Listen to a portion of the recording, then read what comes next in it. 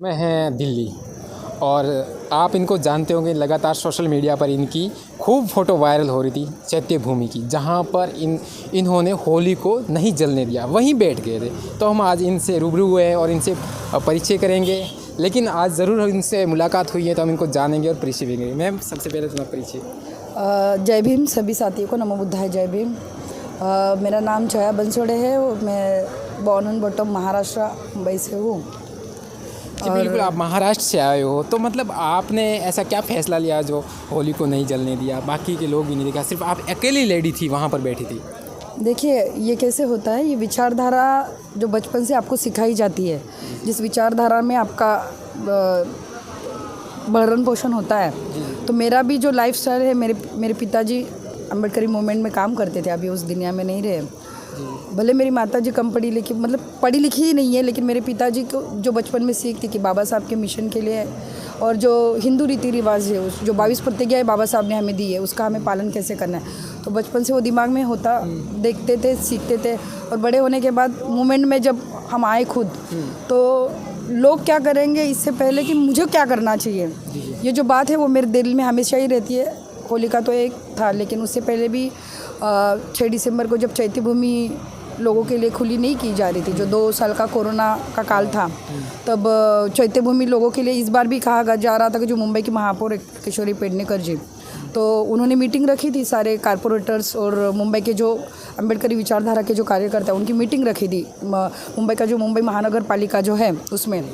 और उसमें एक रिजोल्यूशन पास भी किया था कि इस बार भी कोरोना के डर से हम लोग इस बार भी बाबा साहब के जो महापरिनिर्वाण का जो दिवस है उसको हम घर से ही अभिवादन करेंगे, चैत्य भूमि चालू नहीं होगी।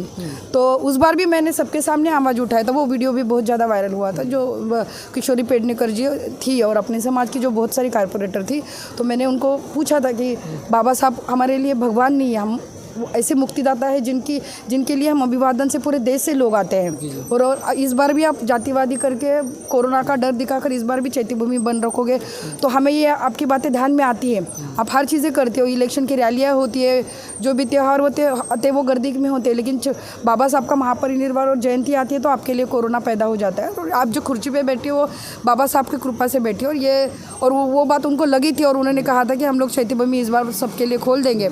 और इस बार चैत्य भूमि खुली हुई, तो वो वीडियो भी बहुत ज़्यादा वायरल हुआ था। अच्छा जया जी, जब आप वहाँ पर बैठे थे, मैं वहीं की दौर की, क्योंकि आप वहीं से वायरल भी और हमें भी पता चला है, लेकिन मैं क्या आपके ऊपर पुलिस FIR भी हुई थी, कंप्लेंट भी, क्या आपको धमकियाँ भी मिली थी उस टाइम? देखिए, मैं जब पुलिस से आर्गूमेंट कर रही थी, तो हम लोग भी कानून जानने वाले लोग होते हैं, हमने कानून हाथ में लेने वाली ऐसी कोई भी बात वहाँ पे नहीं करी या फिर कही किसी भी धर्म को ठेस पहुँचे या फिर किसी धर्म को बुरा लगे, ऐसे मैंने कोई बात मेरे लाइव वीडियो में नहीं की थी। और हिस्ट्री हमें पता है कि अम्बेडकरी मूवमेंट के कार्यकर्ता, उनके ऊपर झूठे केसेस डाले जाते 353 जैसे, तो ये बातें मुझे पता थी, इसलिए मैंने लाइव रखा था कि आगे जाके पुलिस या फिर प्रशासन कोई भी झूठा आरोप हम पर ना कर पाए या कोई झूठे केसेस हम पर ना डाल पाए। इसलिए मैं जो पुलिस से आर्गूमेंट कर रही थी या फिर उनको बता रही थी, मुझे 1 मिनट भी नहीं लगता था वो होली का जो था वो साफ़ करने के लिए, वो कचरा साफ़ करने के लिए, ये बात मैंने पुलिस से भी की, लेकिन मैंने कानून हाथ में ना लेते हुए कानून के तहत ही वो सारी चीज़ें की। इसलिए उन्होंने मुझे अरेस्ट तो किया, लेकिन वो मेरे ऊपर कोई केस नहीं कर पाया, क्योंकि जब उन्होंने मुझे अरेस्ट किया उसके बाद जो लाइव वीडियो था वो इतना वायरल हुआ कि चैत्य भूमि में मेरे अरेस्ट होने के बाद इतने सारे लोग जमा हो गए, इतने सारे हमारे समाज के जो लॉयर है, बड़े बड़े अधिकारी, उनके फ़ोन आने लगे, ACP DCP को प्रेशर आने लगे कि हमारी समाज की लड़की, उन्होंने ऐसा कुछ भी असंवैधानिक काम नहीं किया, तो मेरे ऊपर FIR नहीं कर पाए। मतलब अम्बेडकर वाली मूवमेंट वाले लोग आपके साथ काफ़ी जी एकदम डट के खड़े हो गए। शाम को बहुत ज़्यादा चैत्य भूमि भर गई और अम्बेडकरवादी मूवमेंट के लोग, मुझे फ़ोन आने लगे, पुलिस को फ़ोन आने लगे, और वो प्रेशर और वकीलों की फ़ौज आके पुलिस स्टेशन में बैठ गई और वो मेरे ऊपर FIR नहीं कर पाया। तो आपके लाइफ स्टाइल कैसा रहा, मतलब किस संघर्षों से जूझ कर आप वहाँ तक पहुँचे हो? देखिए, मेरा लाइफस्टाइल जो है वो ज़मीन पर है, मतलब झुग्गी झोपड़ियों में जाकर कैडर लेना, मिशन बताना, बचपन से मैंने भूख क्या होती है वह मैंने खुद देखा है। मेरी माँ ने जब हमें पाल पोस के बड़ा किया, जो दूसरों के घर में बर्तन मांझकर हमें बड़ा किया, लेकिन भले भूखे पेट रहे लेकिन मूवमेंट जिंदा रखी, आधी रोटी खाई लेकिन पढ़ने पे ज़्यादा ये दिया। मैं खुद अच्छी पढ़ी लिखी हूँ, बीकॉम किया है, LLB कर रही हूँ, रेलवे में नौकरी करती हूँ, अपने दम पे रेलवे की नौकरी मैंने हासिल की। लेकिन फिर भी मेरा आधा से ज़्यादा सैलरी मूवमेंट के लिए जाती है। मैं गाँव देहातों में जाती हूँ, लोगों को मिशन बताती हूँ। फुले शो बाबा साहब का जो भी मिशन है मैं बताने का काम करती हूँ, क्योंकि अगर मैं बाबा साहब को मेरा बाप बोलती हूँ तो उनकी बेटी अगर मैं खुद को समझती हूँ तो मेरे बाप का बच्चा जो काम है वो मुझे करना है। ऐसा मुझे लगता है कि लोग करे ना करे उसका मुझे कोई लेना देना, मैं करती रहती हूँ। कभी फ्रस्ट्रेट हो जाती हूँ कि लोग सुनते नहीं, लोग समझते नहीं, लेकिन फिर भी दूसरे दिन से वापस वो कारवां शुरू हो जाता है। जॉब करके घर की जिम्मेवारी संभाल के मैं शाम को मूवमेंट का काम करती हूँ।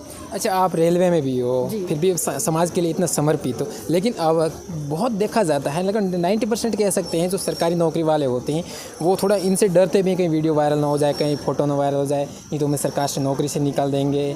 तो आप में इतनी हिम्मत तो है, आपने इतने किया, लेकिन क्या ऐसा और लोग क्यों नहीं कर सकते, इतने महिलाओं ख़ास तौर से? देखिए कैसे होता है, अभी हम थोड़ी देर में जो जयंती के प्रोग्राम में खड़े थे, जब भी गौतम सर जी ने एक बात कही कि हमारे पास ताकत है, हमारे पास हौसला है, हमारे पास सारी चीज़ें हम कर सकते हैं, लेकिन हमारी नीयत साफ नहीं है। हमारे समाज के जो अधिकारी वर्ग है, जो समाज में उच्च बड़े बड़े पदों पर है, तो कुछ लोग तो है बाबा उसमें, जैसे अभी प्रथम सर, लक्ष्मीचंद सर जैसे लोग काम कर रहे हैं, BP अशोक सर जैसे बड़े अधिकारी काम कर रहे हैं मिशन के लिए।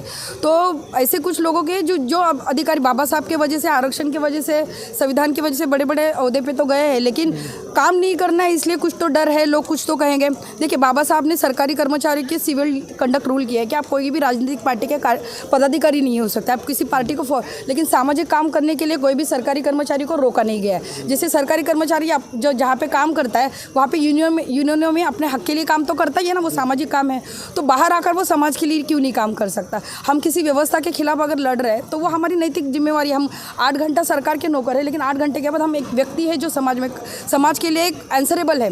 पे बैक टू सोसाइटी है हमारा परम कर्तव्य, जो हमें करना चाहिए। मान्यवर का हाँ, वो नहीं कर पा रहे, वो समझ नहीं पा रहे। उनको पता नहीं कि नौकरी हम अपने दम पे लिए किन के दम पे। हाँ, उनको दम हम देखिए कैसे भरा हुआ पेट इंसान को अपनी असलियत से दूर कर देता है।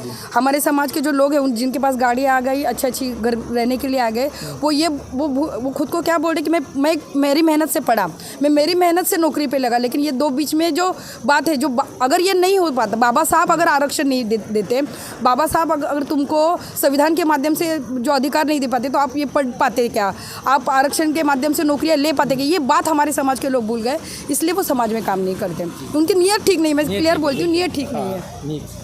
तो हमारे साथ है जया जी, इनको महाराष्ट्र जाना है, लेट भी हो रहे हैं, इन्होंने हमें टाइम दिया, शुक्रिया दोस्तों। देखते रहिए न्यूज़24। दोस्तों वीडियो पसंद आए तो लाइक, शेयर और News22 लाइव को सब्सक्राइब करना ना भूलें। शुक्रिया।